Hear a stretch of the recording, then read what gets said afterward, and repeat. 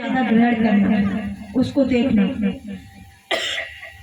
तो भले ही खड़े रहे, लेकिन अंत में जब आरती होती है तो हमको आरती वहाँ करनी चाहिए। हमारा यहाँ, हमारा नहीं, यहाँ भगवान का दरबार लगा हुआ है। भगवान शंकर, भगवान श्री राम और परम पूज्य गुरुदेव भगवान 3 पीढ़ी से लेकर के, लेकिन हम लोग आरती करने के लिए हम भक्तों को आते हैं, आरती नहीं करते, प्रसाद नहीं लेते। तो ऐसा हमको नहीं करना चाहिए, क्योंकि जहाँ भगवान का दरबार लगा होता है वहाँ हमको भले ही कुछ मत चढ़ाइए, पैसे नहीं, फल नहीं, पुष्प नहीं, कुछ मत चढ़ाओ। आपके पास प्रभु ने एक सबसे बढ़िया सौदा दिया है, भगवान से मिलाने वाला भाव और विश्वास। बस भाव और विश्वास के साथ आप जाओ।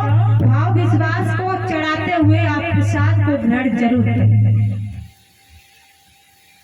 और ऐसा नहीं कि हम कथा तो सुनने गए या सत्संग सुनने गए, संतों से मिलने के लिए भी गए, प्रसाद दिया तो नहीं लिया, नहीं लेने के लिए गए और दिया भी तब भी नहीं लिया, किसी दूसरे को दे दिया, लेकिन नहीं, प्रसाद को पूरी तरह से प्रसाद के रूप में ग्रहण करना चाहिए।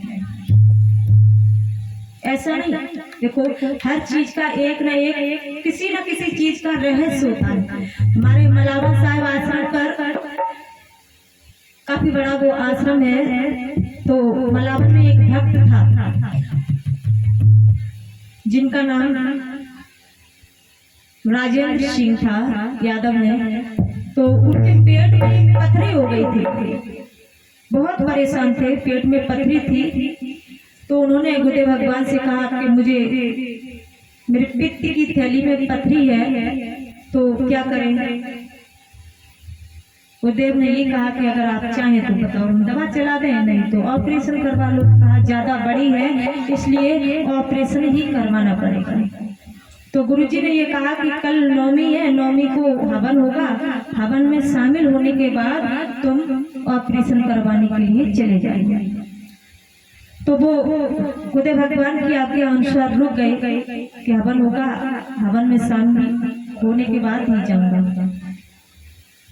नौमी को जब हवन हुआ, हवन में शामिल हुए, उसके बाद तो वो दूसरे दिन ऑपरेशन करवाने के लिए गए। तो डॉक्टर ने जब अल्ट्रासाउंड वगैरह किया, पहले किया था तो उसमें काफी बड़ी पथरी थी। दोबारा जब ऑपरेशन का समय आया करवाने के लिए, तो उन्होंने अल्ट्रासाउंड किया, देखा तो उसमें कोई भी छोटी बड़ी किसी भी प्रकार की कोई पथरी नहीं, कुछ भी नहीं रहा था, बिल्कुल ठीक हो। छोटी होती या टुकड़े होते, बड़े होते, वो कुछ भी नहीं रहा। तुरंत उन्होंने फोन किया कि मैंने 1 महीने पहले कराया था, मैं इतना परेशान था, दर्द होता था, लेकिन अब क्यों नहीं आया। बुद्धे भगवान ने कहा, बेटा आपने कल हवन किया है और आपके पास तो ऐसा सौदा है, ऐसी जड़ी बूटी है जिसका एक बार सेवन करने से हमारे अंदर जो रोग होता है वो खत्म हो जाता है।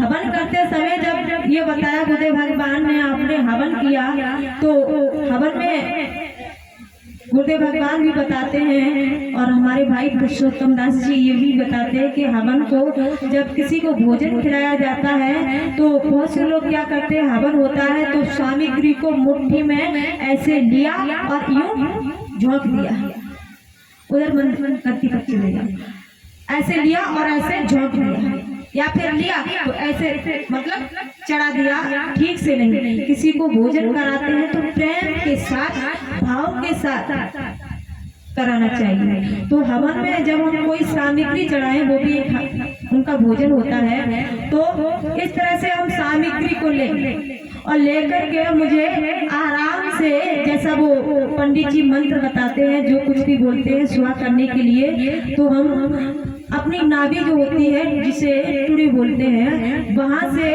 अपनी श्वास को निकालते हुए उस हवन महाराज को भोजन खिलाते हैं। ऐसा गुरुदेव भगवान ने उनको बताया था कि आपको भोजन ऐसे कराना है।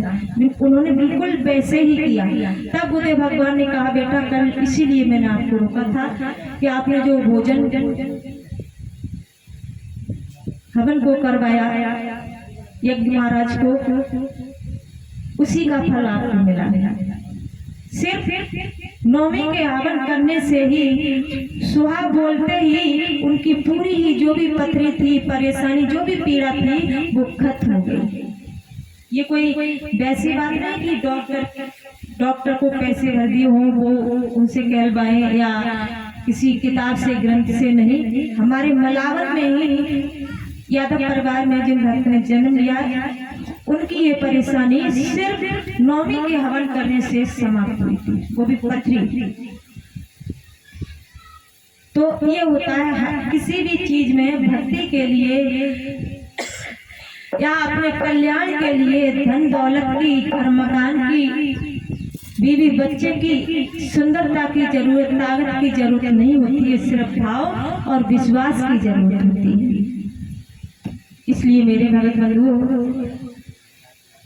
अगर हमको संसार की हर चीज छोड़नी पड़ जाए और सद्गुरुदेव भगवान की शरण मुझको मिल जाए, तो मुझे सद्गुरुदेव भगवान की शरण में निश्चय ही बिना स्वार्थ के, बिना विचारे, बिना सोचे उनकी शरण में हमको पहुंच जाना चाहिए।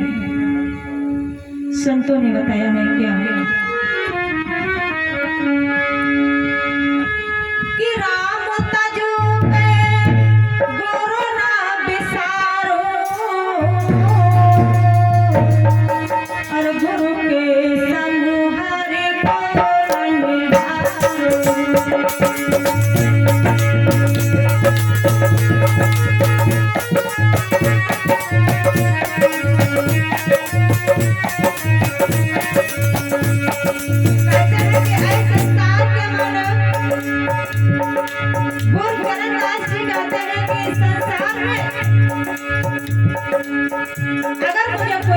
सद्गुरु मिल जाते हैं और उनके मिलने से अगर मुझे संसार छोड़ना पड़ रहा है या उस हरि को छोड़ना पड़ रहा है, तो इसका मुझे कोई पश्चाताप नहीं। क्यों? क्योंकि मुझे मोक्ष मुक्ति का साधन देने वाले वह सद्गुरु मिल गए हैं। और कहते हैं कि अगर संसार के लिए मुझे गुरु छोड़ना पड़ रहे हैं, तो मैं गुरु को नहीं, संसार को छोड़ दूंगा, लेकिन सद्गुरुदेव भगवान की शरण में तन मन धन से रहेगा। कहते हैं क्या? हरि ने जन्म दियो जग माई, गुरु ने आवागमन छुड़ाई।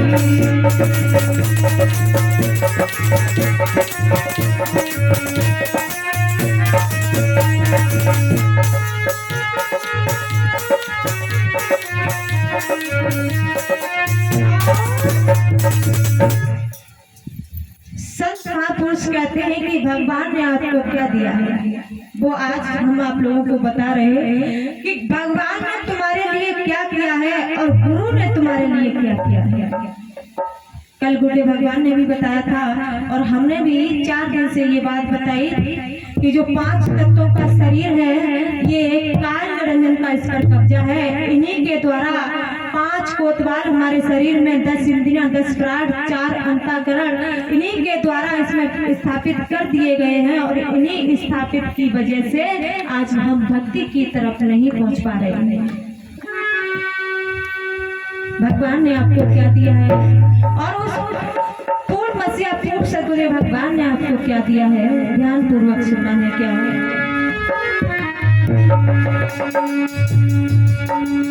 कि हरि ने 5 चोर दिए साथा और गुरु ने लई छुड़ाए अनाथा।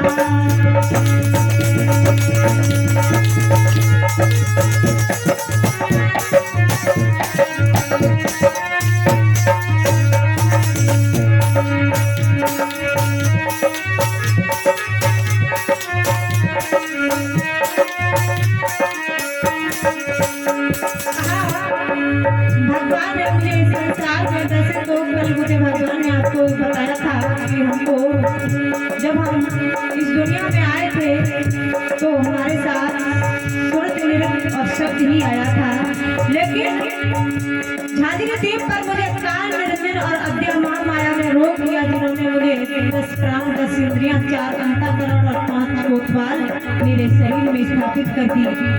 मुझे संसार में भेज दिया, बंदरों में बांध दिया, लेकिन सतगुरुदेव भगवान के मिलते ही हम बंदरों से मुक्त हो गए, मेरा आवागमन छूट गया।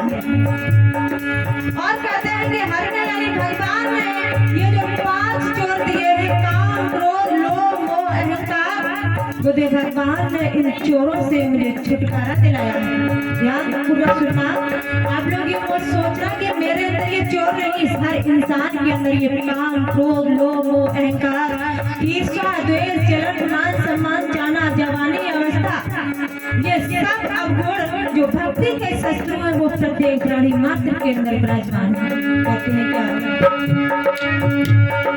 हरि ने कुंडल जाल में घेरी, गुरु ने काटी ममता फेरी।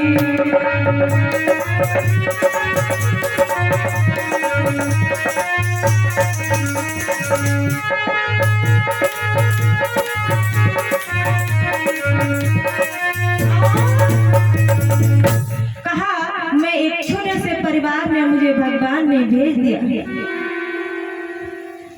लेकिन जैसे ही मैं एक छोटे से परिवार में बंधा, तैसे ही मैं गुरुदेव भगवान की कृपा से, उस पूर्ण मसीहा की कृपा से गुरुदेव भगवान ने मुझे इन कुटुंब जाल से छुटकारा दिला दिया।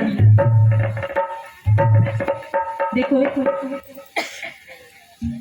हम लोगों से एक छोटा सा परिवार नहीं पल पाता है। किसी परिवार में 8 सदस्य होंगे, किसी परिवार में 10 सदस्य होंगे, किसी में 4 सदस्य होंगे, किसी परिवार में 4, किसी में 8, किसी में 5, किसी में 2 ही होंगे। लेकिन हम लोग बस इतने छोटे से परिवार को लेकर के हम ये सोचते हैं, भैया गृहस्थी का जाल बड़ा बुरा होता है, कैसे भजन ध्यान दें। अरे बुरा तो होता ही है, लेकिन अगर हम चाहें तो गृहस्थी में 5 सदस्य 10 सदस्य 15 सदस्य कितने भी हो, हम उसमें रहकर कर सकते हैं। और फिर पूरे संसार की नहीं मेरे ऊपर हो तब भी हम कर सकते हैं। सिर्फ मुझ में पावर, मुझ में साहस होना चाहिए। कैसे? राजा जनक को देखो, हम लोग उन्हें विदेह मुक्त कहते हैं। क्यों? पूरी प्रजा का कितना बड़ा उनका राज्य होगा। परिवार में तो 2-4 ही सदस्य थे, लेकिन इतने बड़े परिवार में रह करके, यानी पूरा जितना भी उनका राज था पूरा परिवार ही था। पूरे परिवार का राजकाज संभालते हुए, पूरी प्रजा का देखभाल करते हुए, न्याय दिलाते हुए, किसी प्रकार का किसी को कष्ट ना देते हुए, हमेशा ही अपनी सुरती को उस शब्द में जुड़े रहते थे, हमेशा।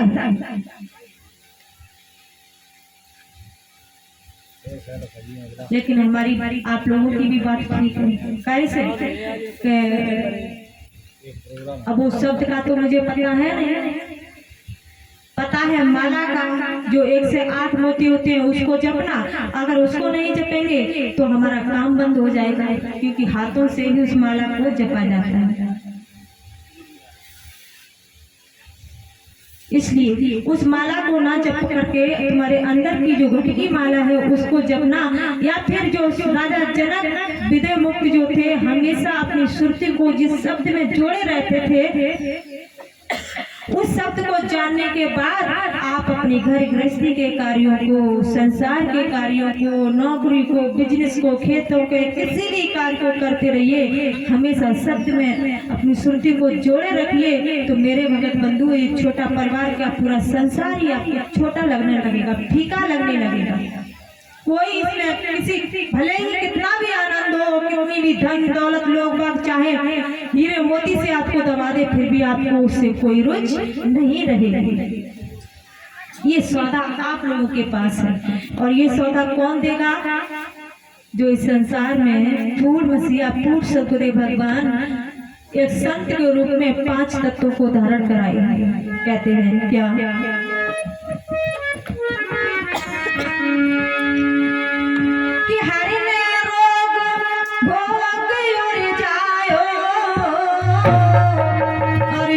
योगी करे सब छुड़ायो।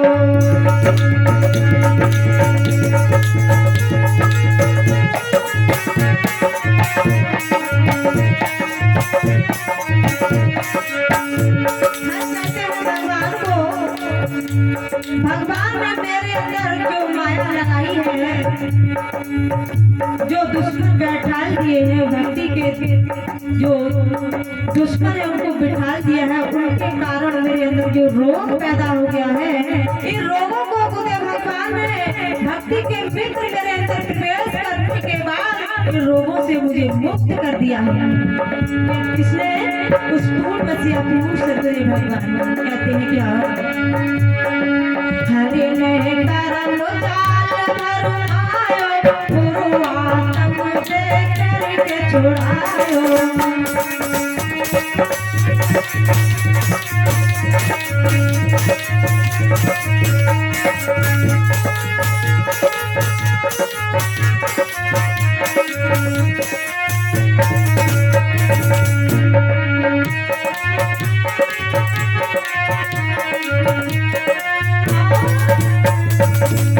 कहते हैं कि हर ने हमको कर्म जाल में भरमा दिया है, फंसा दिया है, कर्मों के संस्कारों में बांध दिया है कि ये काम करो तो तुमको अच्छा फल मिलेगा, ये काम करो तब बुरा फल मिलेगा।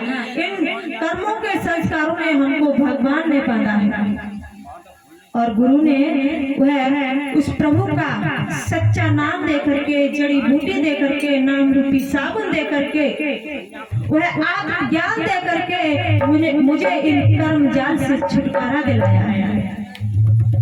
देखो वैसे तो पूरा संसार कर्म जाल में ही कर्मों के संस्कारों के अनुसार आता है जाता है, लेकिन संतों के पास जो सौदा होता है वो अगर उस सौदे को यूज करे, उसका अभ्यास करे तो वो कर्म संस्कारों से भी बिल्कुल अलग हो जाता है।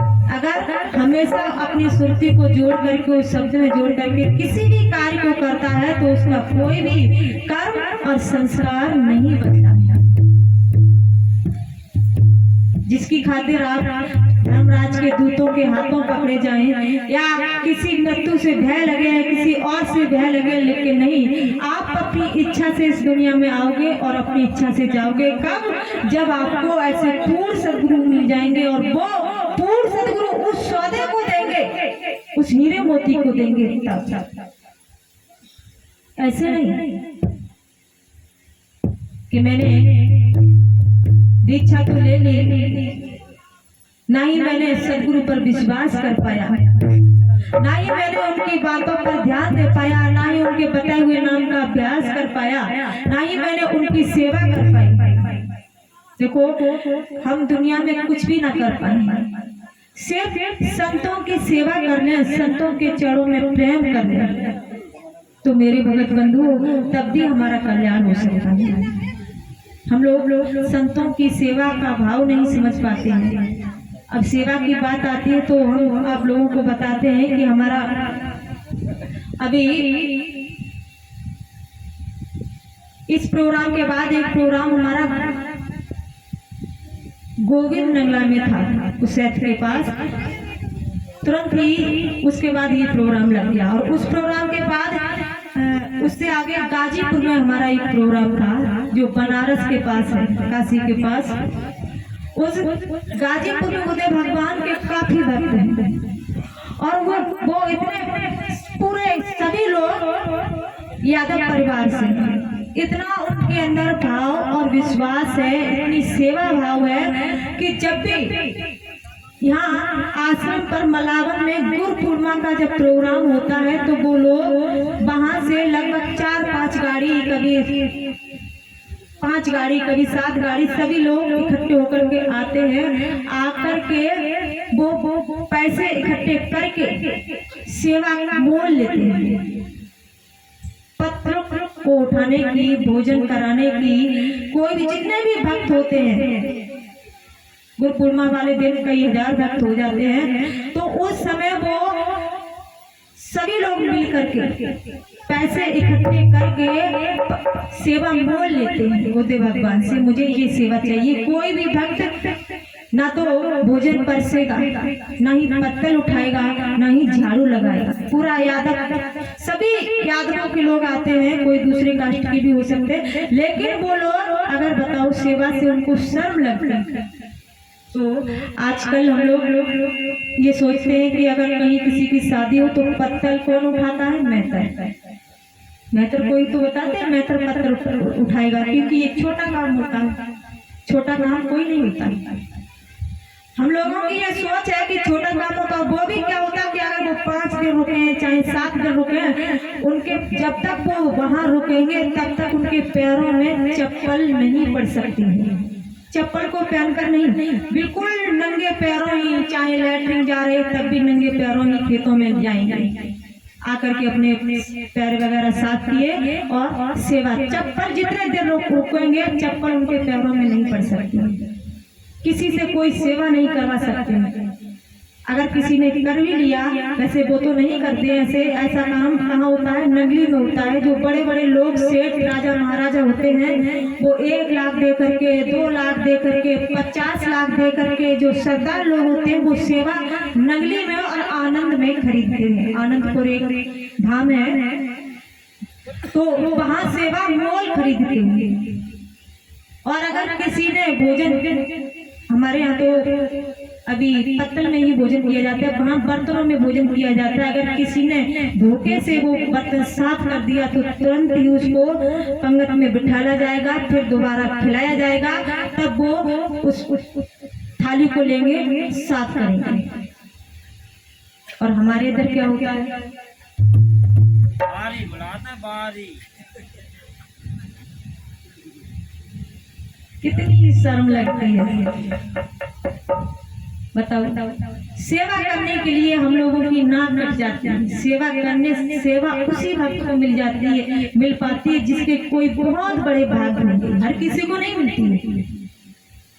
अभी प्रोग्राम था तो लगभग काशी से 100 किलोमीटर दूरी पर प्रोग्राम हो रहा था। 100 किलोमीटर दूरी पर वहां से वो लोग रात्रि में उन्होंने वहां से हम लोगों को स्वागत किया था। 100 किलोमीटर, वो भी पैदल, वो नंगे पैरों आए थे। आज तो गाड़ी में थे लेकिन चप्पल पहनकर है। और वहाँ पानी कैसे पिलाया जाता है ये भी आप लोगों को बता दें। वो कह रहे बर्फी खवाई सो ना बताई भाई, अच्छी बात तो बताई जाएगी। वहाँ पानी ऐसे नहीं पिलाया जाता है। कोई अगर कमजोर है तो जो गन्ने की मिठाई होती है उससे पानी पिलाया जाएगा। और कोई अच्छा खासा, वैसे तो मिठाई का डब्बा लेंगे, पानी की बोतल ली, फिर सबको एक प्लेट में जो मिठाई होती है उसको सजा करके सबको देंगे, अलग अलग पानी देंगे। मिठाई देकर ही पानी पिलाया जाता है, बिना मिठाई के कोई पानी नहीं पिएगा और ना ही पिलाएंगे। भले ही आप पड़ोसी के घर पर जाए तब भी ऐसा होगा। ये हमने तो देखा है, तब भी कह रहे हैं। और हमारे गाजीपुर के एक भाई बैठे भी हुए हैं यहाँ, सत्संग सुनने के लिए आए, वहीं से सत्संग सुनने के लिए आए। उनको भी अगर ना मानो तो बताओ, उनसे कुछ बात ऐसी विश्वास करो तो बताओ। हमें बता रहे भैया बिना मिठाई के पानी नहीं पिलाते, मिठाई दे करके। और अपने इधर क्या होगा, अगर कोई महात्मा आ जाए तो टूकते फिरेंगे, तुरंत गेट लगा लिया कि महात्मा कहीं पैसा न ले जाए, भीख ना मांगे। कोई पड़ोसी आ जाए तो पानी मांगेगा तब देंगे। कोई भी अगर बाहर का प्यासा आ जाए तो सबसे पहले तो मुझे उस पर अविश्वास ये हो जाएगा कि ऐसा तो नहीं चोरो कहा भैया वो बाहर सरकार ने लगा है वहां पी लो, घर में पानी नहीं पिलाया जाता है। ऐसा होता है हमारे गाजीपुर जिले में।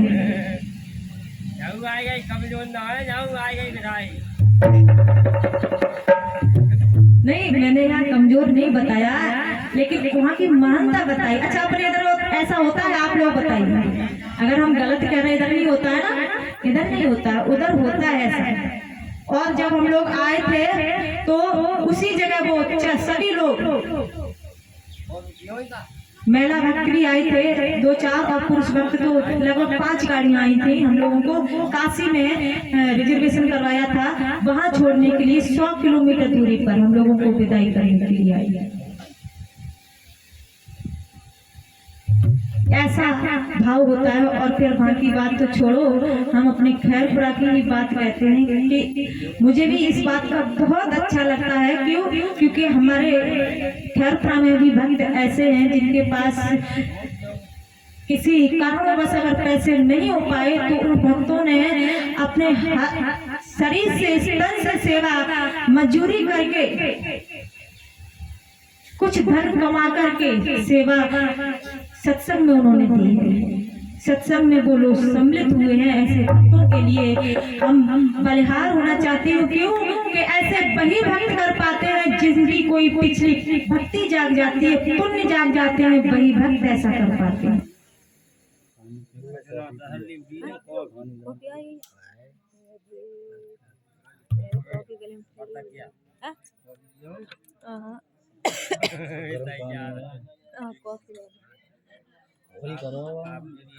ज्यादा मत करो, थोड़ी देर ना ठंडी ठंडी ना के दे दे, बाकी ठंडा हम बैठे पी नहीं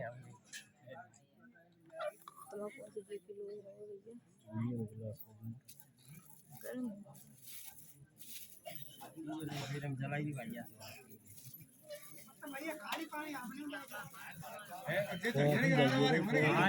कॉफी है भैया कॉफी यार पहले घिट्टो कर लो, अब धीरे धीरे रात में कहे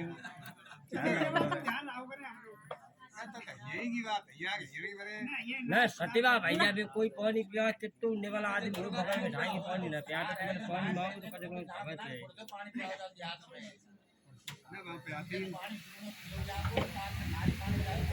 ऐसी बात है। हाँ, मिठाई पीने के बाद पानी 1 गिलास का 2 गिलास पी लिया जाता है। ये बात अर्थ अब सही निकला, लेकिन बात तो बात होती है, वो तो बताई जाती है। लेकिन यहाँ पर भी सभी लोग बढ़िया हैं। क्यों? कि अगर अपनी अपनी जगह की रीत होती है भैया। देखो उधर मिठाई दे करके पानी, और यहाँ मिठाई गर्म करके पानी यानी दूध के साथ हमको दी जाती है। क्या? चाय नहीं है तो दूध। यहाँ पर भी किया जाता है सम्मान। सम्मान देखो अपनी अपनी जगह, कोई नहीं सोचता है कि मैं किसी का अपमान करूं। कोई उजट भारतीय ऐसे होते हैं जो जानबूझकर कर जाते हैं, लेकिन सब नहीं होते। भक्त तो सभी होते हैं, सभी अपने हिसाब से मेरी जितनी बड़ाई हो उतना मैं करूं, सभी लोग करते हैं। लेकिन उनकी कुछ ऐसी भक्ति ऐसी महानता है जो आप लोगों को हम बताते हैं। कैसे? इसलिए बताया कि कल हमने ये देखा कि कोई तो भक्त ऐसे होते हैं कि ये नहीं देखते कि आरती हो रही तो जूता चप्पल पहनकर आरती ना करें। चप्पल पहन के, क्योंकि उन्हें चप्पल से इतना मोह है कि कोई चप्पल न ले जाए, भले ही भगवान का अपमान हो जाए। इसलिए मैंने ये बात बताई। बुरा मत मानना भैया, क्योंकि ऐसा होता है, भागवतों में भी होता है, सत्संग में भी होता है कि हम लोग चप्पल पहन करके आरती पूजा करते हैं। तो ऐसा हमको नहीं करना चाहिए। करना चाहिए? नहीं करना चाहिए। क्यों? क्योंकि देखो यही एक हम लोगों की सभ्यता, सज्जनता, यही एक हम लोगों के अच्छे लक्षण और भक्ति के वो होते हैं। इसलिए ऐसा भगवान के दरबार में कभी जाएं जूता चप्पल एक साइड से कर दो, उसके बाद हम लोग आरती पूजा करने के लिए जाएं। और फिर भगवान तो हर जगह ही है। एक सुई की नोक पर भी जगह खाली नहीं जहाँ वह परमात्मा नहीं है। लेकिन हमको अपना ये रंग रूप नहीं दिखाना चाहिए। भगवान तो वैसे हर जगह ही, अगर सोचो तो हर जगह बताइए। सुई की नोक पर भी जगह खाली नहीं तो जूता चप्पल तो बहुत दूर रही। इसलिए भगवान ने मेरे लिए क्या किया है और गुरु ने मेरे लिए क्या किया है बताते हैं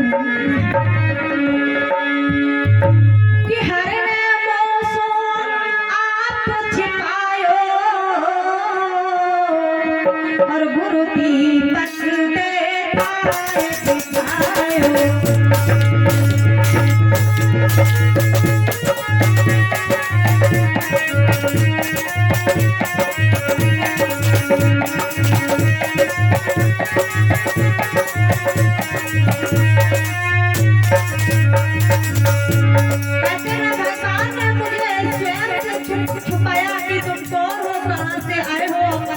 तुम कहाँ जाओगे, लेकिन सतगुरु भगवान ने मुझे ऐसा स्वयं को जाना मैं कौन हूँ, कहाँ से आया हूँ और मर कर कहाँ जाऊंगा। क्या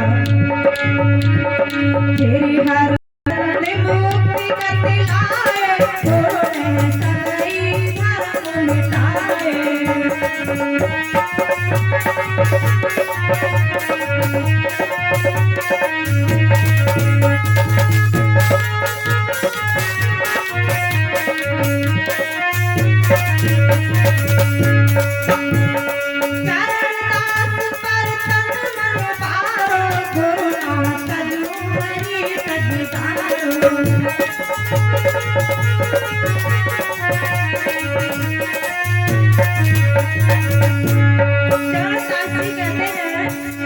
जो परम साथी सहजोबाई के गुरु भी थे और भाई भी थे। चरणदास जी जो थे वो परम साथी सहजोबाई जी थी, उनके भाई भी थे और एक गुरु भी थे। वो कहते हैं कि ऐसे सदगुरु पर मैं बलिहार होना चाहता हूँ जो मुझे मोक्ष और मुक्ति का रास्ता बताते हैं, मुझे भव सागर से पार करते हैं। कहते हैं क्या आशा मनसा और करुणा गुरु चरणों में प्रेम धरना।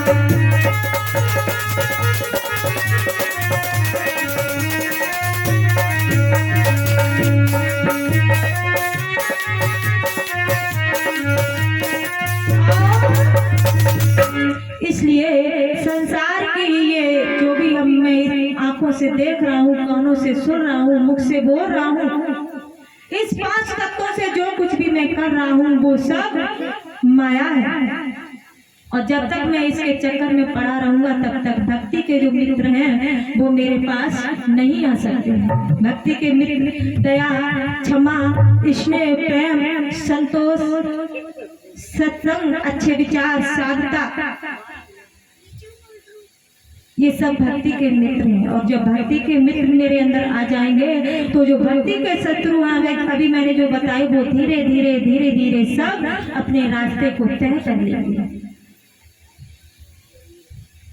इसलिए जो भी चीज मेरे लिए बाधा बन रही है, भले ही आपको अकेला रहना पड़ जाए, लेकिन जो चीज आपके लिए, आपके भविष्य के लिए, आपके कल्याण के लिए ठीक नहीं है वो उस चीज के पास आपको बिल्कुल नहीं जाना चाहिए।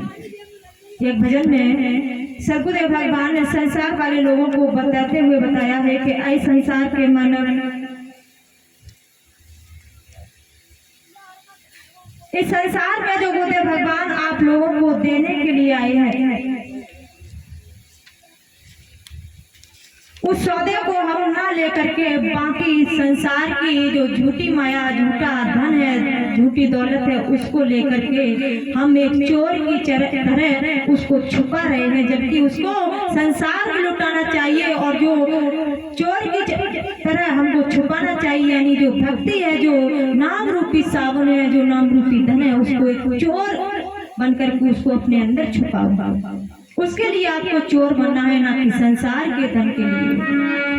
संसार का धन यही रह जाएगा, वो आपको मार देगा अगर उसके लिए चोर बनोगे तो। और भक्ति के लिए चोर बनोगे तो मेरे भगत बंधुओं, संसार वाले भले ही आपको मारते लेकिन फिर भी आप इस संसार में अमर ही रहोगे। भजन में कहते हैं क्या